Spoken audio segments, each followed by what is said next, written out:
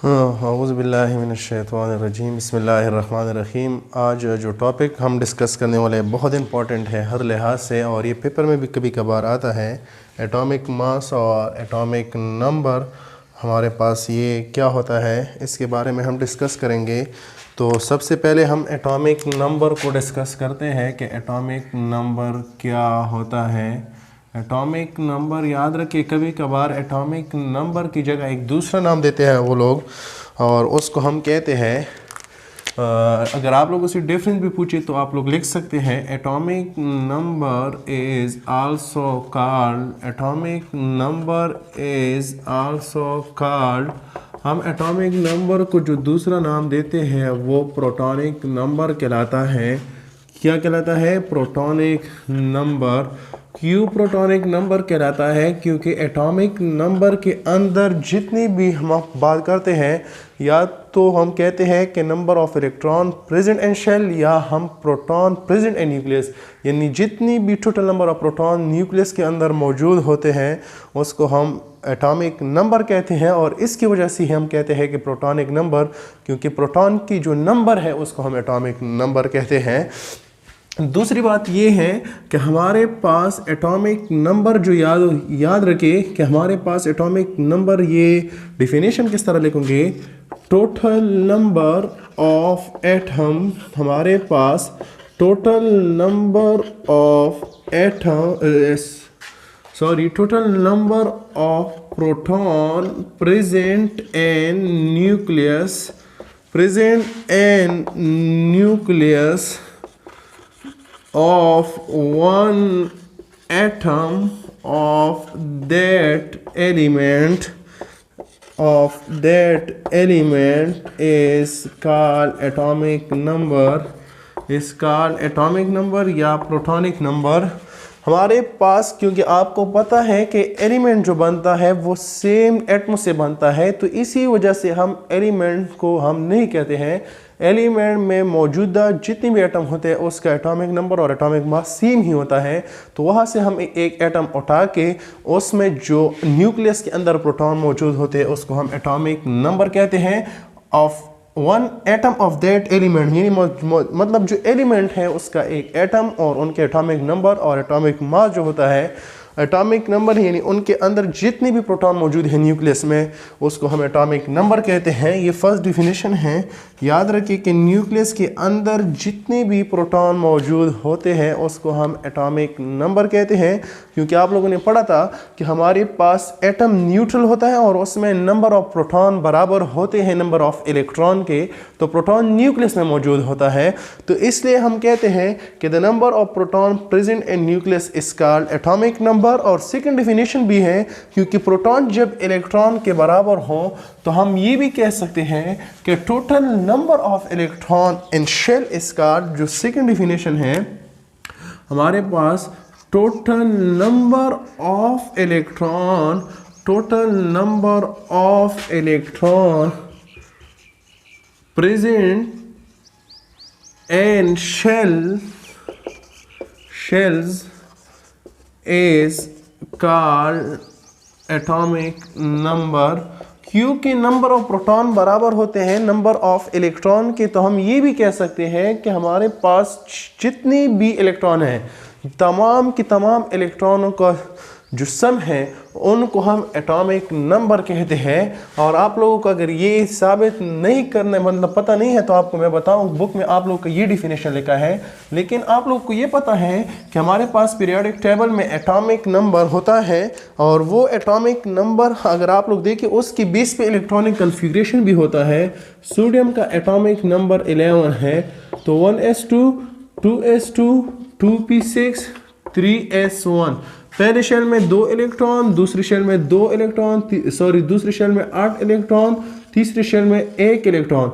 इन सब इलेक्ट्रॉन को जमा करके ये हमारे पास एटॉमिक नंबर बन जाता है। तो हम इसलिए कहते हैं कि total number of electron present in shell is called atomic number, या number of proton present in nucleus. जितने भी प्रोटॉन न्यूक्लियस के अंदर मौजूद हो उसको हम एटॉमिक नंबर कहते हैं, क्योंकि हमारे पास नंबर ऑफ प्रोटॉन बराबर है नंबर ऑफ इलेक्ट्रॉन के। किस तरह? हमारे पास इस सोडियम के अंदर 11 इलेक्ट्रॉन है, आप लोगों को नज़र आ गया। और इसका एटॉमिक मास है, ये मैं नीचे लिखता हूँ 23। हमारे पास सोडियम का एटॉमिक मास है 23 से हमारे पास ये एटॉमिक मास है। Atomic mass minus atomic number बराबर होते हैं न्यूट्रॉन। एटॉमिक नंबर हमारे पास 11 है, 23 से 11 को निकालो तो 12 न्यूट्रॉन है। मतलब क्या हुआ कि इस 23 के अंदर 12 न्यूट्रॉन है और प्लस 11 प्रोटॉन है।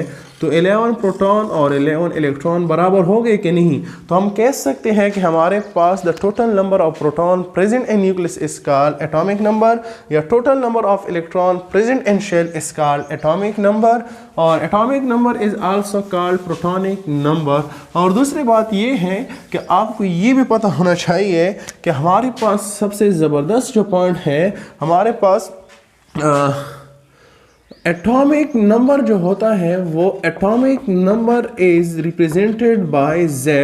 एटॉमिक नंबर इज रिप्रेजेंटेड,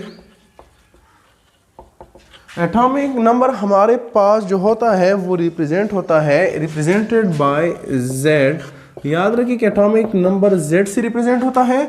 और सबसे इंपॉर्टेंट बात ये है कि atomic number is always less than, atomic number is always less than हमारे पास less than atomic mass. What is the reason? उसका वजह क्या है कि वो क्यों कम होता है? ये क्वेश्चन है हमारे पास। Why the atomic number is less than atomic mass, या why the atomic mass is greater than atomic number. और ये क्वेश्चन है आप लोगों से पूछ भी सकता है कि आप मुझे बताएं कि एटॉमिक नंबर हमारे साथ या तो एटॉमिक मास से कम क्यों है, या एटॉमिक मास एटॉमिक नंबर से ज़्यादा क्यों है। ये मैं लास्ट में बताऊंगा कि क्यों है। दूसरी बात, electronic configuration occur on the basis of atomic number. हमारे पास जो इलेक्ट्रॉनिक कन्फिग्रेशन होता है, electronic configuration occur on the basis of atomic number, occur on the basis of atomic number, ये भी आ सकता है basis of atomic number पे electronic configuration होता है। सही है, आप लोग ये पॉइंट नोट करें। आगे मैं एटॉमिक मास को जब डिस्कस करूंगा तो आपको समझ आ जाएगा। ये डिफरेंस भी आप लोग लिख सकते हैं, ये क्वेश्चन में लास्ट में डिस्कस करूंगा। सही है, अब एटॉमिक मास की तरफ जाते हैं। एटॉमिक मास क्या होता है ये आप लोगों को मैं बताऊं।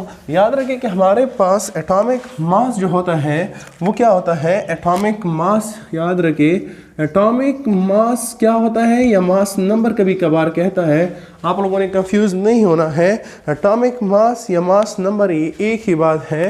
एटॉमिक मास हमारे पास, याद रखिए atomic mass is also called हमारे पास न्यूक्लियन, कभी कभार न्यूक्लियन का कहते हैं, न्यूक्लियन। क्योंकि न्यूक्लियन, व्हाट इज न्यूक्लियन? याद रखिए कि न्यूक्लियन क्या होता है, proton plus neutron is called nucleon.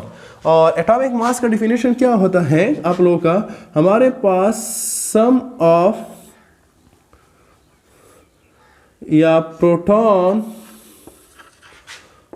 Plus neutron present and nucleus is called atomic mass या मास नंबर या न्यूक्लियन।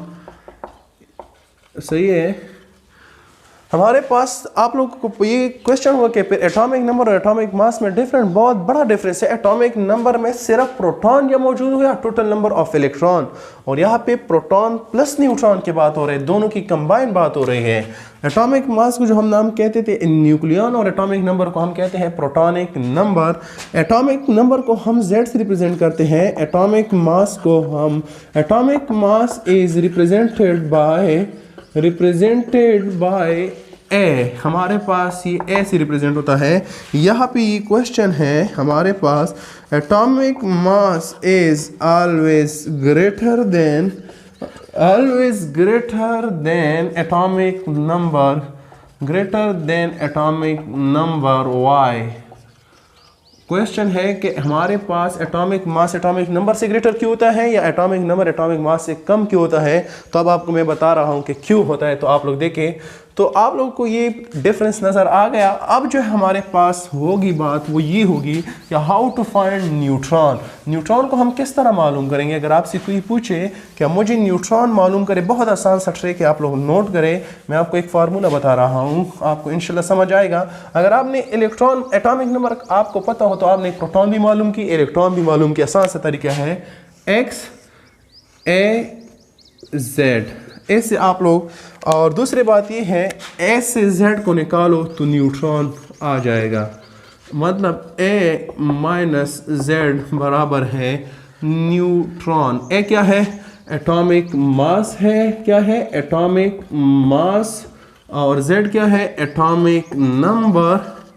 तो आसान सा तरीका है, एटॉमिक नंबर में हमारे पास इलेक्ट्रॉन या टोटल प्रोटॉन जो होता है वो एटॉमिक मास में प्रोटॉन प्लस न्यूट्रॉन होता है। सही है। तो ये पहला क्वेश्चन हमारे पास में, अगर सपोज करूँ मुझे कोई कहे कि कार्बन का एटॉमिक मास 12 है और एटॉमिक नंबर 6 है, या आपको ये नहीं बताओ कि कार्बन इसमें एटॉमिक मास कौन सा है या एटॉमिक नंबर, तो आपके दिमाग में एक बात होना चाहिए। मैंने आपको बताया कि एटॉमिक मास हमेशा के लिए ज़्यादा होगा, तो जो ज़्यादा होता है वो एटॉमिक मास होता है, जो कम होगा एटॉमिक नंबर। रीज़न क्या है बता रहा हूँ। हमारे पास एटॉमिक A माइनस Z बराबर है न्यूट्रॉन। सही है। A मेरे पास क्या है? ये प्रोटॉन प्लस न्यूट्रॉन यानी एटॉमिक मास, तो ये मेरे पास है 12 और Z मेरे पास क्या है? 6। तो मेरे पास न्यूट्रॉन क्या हुए? 6। इस 12 में मेरे पास 6 न्यूट्रॉन है और 6 प्रोटॉन है, और आपको नज़र आ रहा है कि 6 इलेक्ट्रॉन भी है। इलेक्ट्रॉन भी 6, प्रोटॉन भी 6। सही है। नंबर ऑफ इलेक्ट्रॉन बराबर है नंबर ऑफ प्रोटॉन के। अगर मैं एक दूसरा एग्जांपल लूँ सोडियम का, सोडियम 23 और 11, अगर आपसे कोई पूछे कि 23 क्या है, तो ये एटॉमिक मास है A है और 11 Z है। सही है। A माइनस Z बराबर है न्यूट्रॉन, तो मेरे पास 23 माइनस 11 बराबर है 12। इस 23 में मेरे पास 12 क्या है? न्यूट्रॉन है। 12 क्या है? न्यूट्रॉन है। आपको नज़र आ रहा है 12 न्यूट्रॉन है, तो 23 में से 12 निकालो, कितना रह जाता है? 11 प्रोटॉन है और 11 इलेक्ट्रॉन है। तो मैं आपको बताऊं कि मेरे पास 11 proton plus 12 neutron minus 11 electron, अगर ये ना भी लिखे तो आपको समझ आ जाएगा। तो ये इलेक्ट्रॉन और प्रोटॉन तो मतलब इक्वल है, लेकिन इस न्यूट्रॉन की वजह से एटॉमिक मास ग्रेटर देन है एटॉमिक नंबर से। न्यूट्रॉन की why the atomic mass is always greater than atomic number? Due to number of neutron. बाकी अगर आप दोनों डिफिनेशन देके कि number of proton present in nucleus is called atomic number, और एटॉमिक मास का डिफिनेशन देके तो प्रोटॉन प्लस न्यूट्रॉन। प्रोटॉन तो दोनों में है, मतलब एटॉमिक नंबर में भी प्रोटॉन की बात हो रही है, एटॉमिक मास में भी प्रोटॉन की बात हो रही है, लेकिन एटॉमिक मास में न्यूट्रॉन भी है, और उसी न्यूट्रॉन की वजह से हम कहते हैं due to number of neutron the atomic mass is always greater than atomic number. आपको ये तरीका मालूम हो गया, पता चल गया। अगर आपको मैं एक और एग्जांपल दूं कि कार्बन का बताओ मुझे, कार्बन का तो आसान सा तरीका है, A माइनस Z से न्यूट्रॉन मालूम हो सकता है। सही है। और दूसरी बात ये है, मेरे पास कार्बन 12 6, तो ये 12 क्या है? एटॉमिक मास है। एटॉमिक मास क्या होता है? Proton plus neutron. और ये क्या है? Atomic number.